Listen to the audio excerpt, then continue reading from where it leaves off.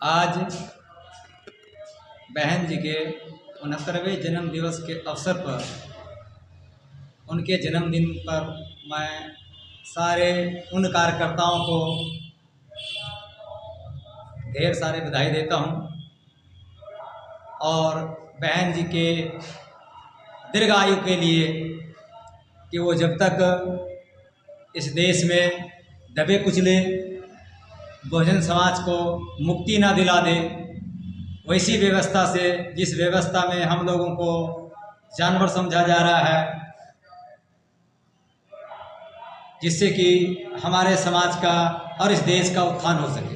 मैं ऐसा कामना करता हूँ कि बहन जी लंबी उम्र तक जिए और इस देश का कायाकल्प करे, क्योंकि एक समय ऐसा है कि आज जितने भी राजनीतिक पार्टियां हैं वो पार्टियां देश की विषम समस्याओं के बारे में कोई चर्चा करते ही नहीं हैं।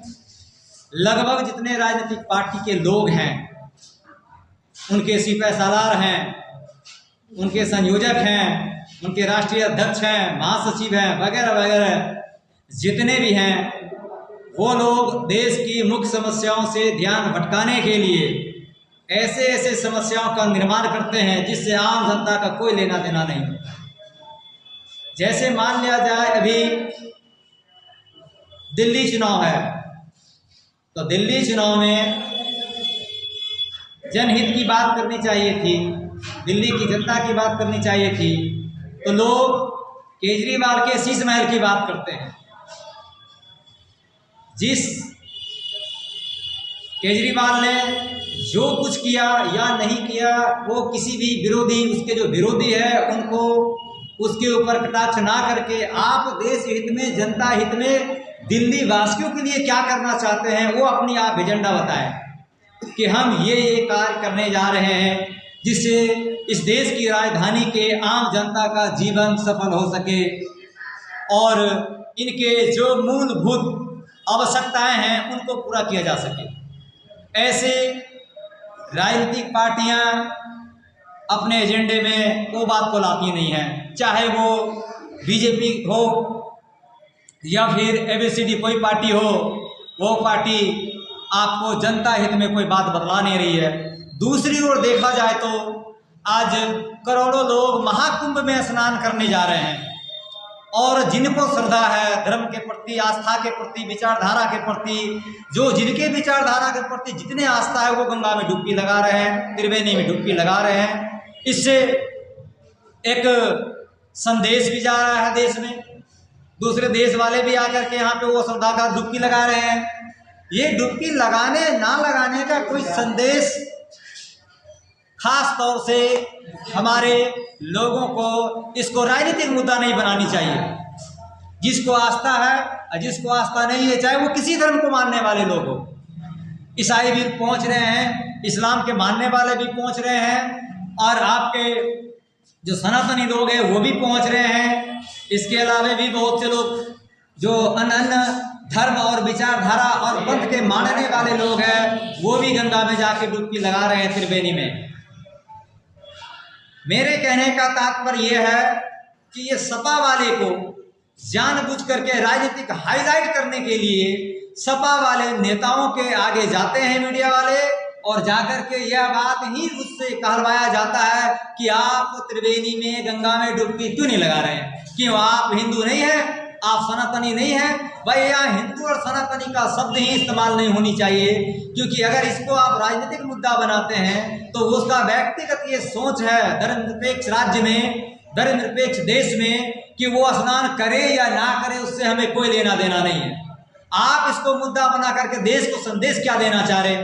आप मुद्दा बनाइए कि समाजवादी पार्टी की जब तक सरकार रही उन्होंने जनहित में कौन सा कार्य किया, और आप जब चुनाव में जीत करके आपके मुख्यमंत्री हैं तो आप जनहित में कौन सा कार्य करने जा रहे हैं? तो आप आस्था के साथ खिलवाड़ कर रहे हैं, आप उसको हाईलाइट कर रहे हैं। आम जनता का जो मूलभूत सुविधाएं हैं उनसे वो जूझ रही हैं, आप उसको रोजगार नहीं दे रहे हैं, आप उनके रहन सहन के लिए जो आवास मकान बननी चाहिए वो सही से नहीं दे रहे हैं।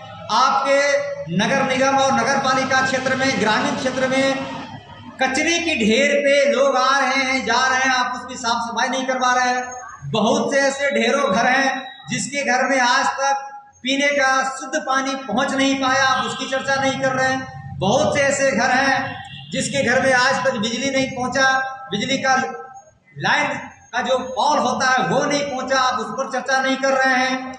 बहुत से ऐसे ग्रामीण है, शहरी क्षेत्र में लोग हैं जिनके बच्चे आज स्कूल में सही से पढ़ाई नहीं कर पा रहे हैं, आप उसके लिए सुविधा प्रदान नहीं कर रहे हैं, उसका कोई योजना नहीं बना रहे हैं। आपको पंचवर्षीय योजना बना करके इन सारे समस्याओं का निदान करनी चाहिए। आपका एजेंडा में ऐसा होना चाहिए, क्योंकि आपकी सरकार है। अगर आपकी सरकार है, आप ऐसा नहीं कर रहे हैं, आप बेवजह कभी आप मस्जिद और मंदिर के मुद्दा को उठाते हैं, इससे आम जनता को रोजगार मिलने वाला नहीं है। इनसे इनके जो हमारे देश में जो अभी शिक्षा की जो व्यवस्था है, उस शिक्षा व्यवस्था में हमारे लोगों को मूर्ख और भिखारी बनाने का कार्यक्रम कर रहे हैं।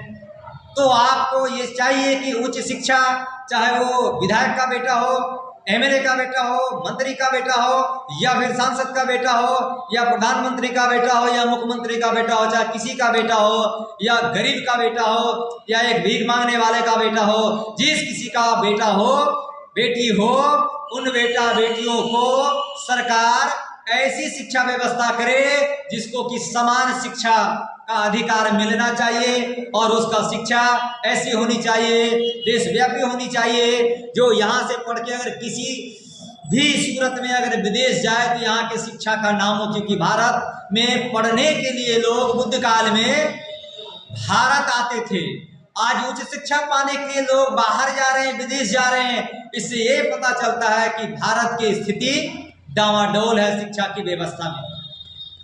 60,000 विद्यार्थी एक साथ आपके नालंदा विश्वविद्यालय में पढ़ते थे। आज के डेट में कोई वैसा स्कूल नहीं है अब पूरे भारत में कि जहां एक साथ बैठ के 60,000 विद्यार्थी शिक्षा ग्रहण कर सके, ज्ञान प्राप्त कर सके। इस ज्ञान के माध्यम से बड़े और ऊंचे ऊंचे ओहदे पे आसीन हो सके। इससे पता चलता है कि हमारी शिक्षा व्यवस्था को ध्वस्त करने का भारत सरकार का एक बहुत बड़ा षड्यंत्र है। इससे हमारे समाज के लोगों को और बुद्धिजीवियों को यह बात सोचनी चाहिए और इसके लिए कार्य करनी चाहिए, चाहे किसी की शासन सत्ता हो, समाज हित में, समाज के लिए, समाज का उत्थान करने के लिए हमारे जो युवा पीढ़ी है वो युवा और युवतियों के लिए वो उच्च शिक्षा व्यवस्था का और व्यवस्था करे, और तभी हमारा बच्चे जो है देश का भविष्य है और उन बच्चे को उच्च शिक्षा प्राप्त हो सके। ऐसी व्यवस्था सरकार को करनी चाहिए। इस पर कभी चर्चा मीडिया के माध्यम से और नहीं की जाती है, इस पर चर्चा होनी चाहिए। आज ये लोग चीख चीख कर चिल्ला रहे हैं कि इस देश का कर्जा माफ हो गया और हम जो है बहुत ज्यादा तरक्की कर रहे हैं। मैं बताना चाहता हूं कि जब हमारे स्वर्गीय मनमोहन सिंह जी प्रधानमंत्री थे, उस वक्त विदेशी डॉलर की कीमत आपका 60 से 62-63 रुपया तक जाता था, लगभग 64 रुपया पर था, उससे नीचे ही रहता था, ऊपर नहीं जा रहा था। आज 84 रुपया 38 पैसा से ज्यादा $1 का कीमत हो गया। तो भारत कितने कर्जा में डूबा ये आम आदमी को पता नहीं है, ना ही ये बात बताई जाती है। और दूसरी ओर आप चिल्ला रहे हैं कि हम कर्जा मुक्त हो गए।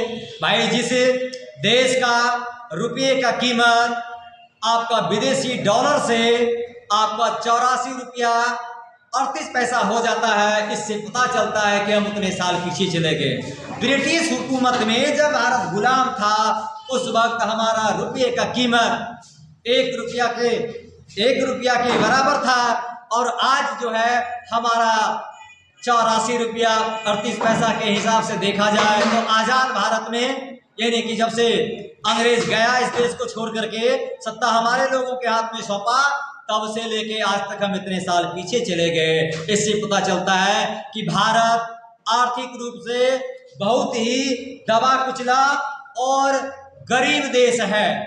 इसको हम लोगों को देखना होगा और हमारे लोगों का अर्थव्यवस्था को मजबूत करना होगा।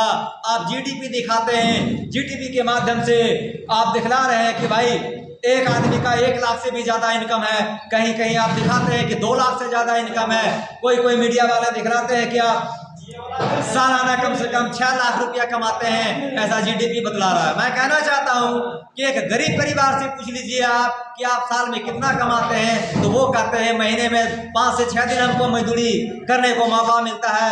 मैं राजमिस्त्री में काम करता हूँ, मैं पेंट का काम करता हूँ, मैं खेत में काम करता हूँ, मैं जो हूँ ग्रामीण क्षेत्रों में जो काम करता हूँ, मनरेगा के तहत काम करता हूँ, वो मशीन काम करता है। हमारे लोगों को काम नहीं मिलता है, 5 से 6 दिन वो काम कर पाते हैं, या कुछ लोग ऐसे होते हैं कि 10 से 15 दिन काम करते हैं। इन्हीं महीने में 10 से 15 लोग काम करने वाले और 5 से 7 दिन काम करने वाले लोगों की आय 300 रुपया 350 रुपया अगर मजदूरी मिलती है, तो उस हिसाब से देखा जाए तो मुश्किल से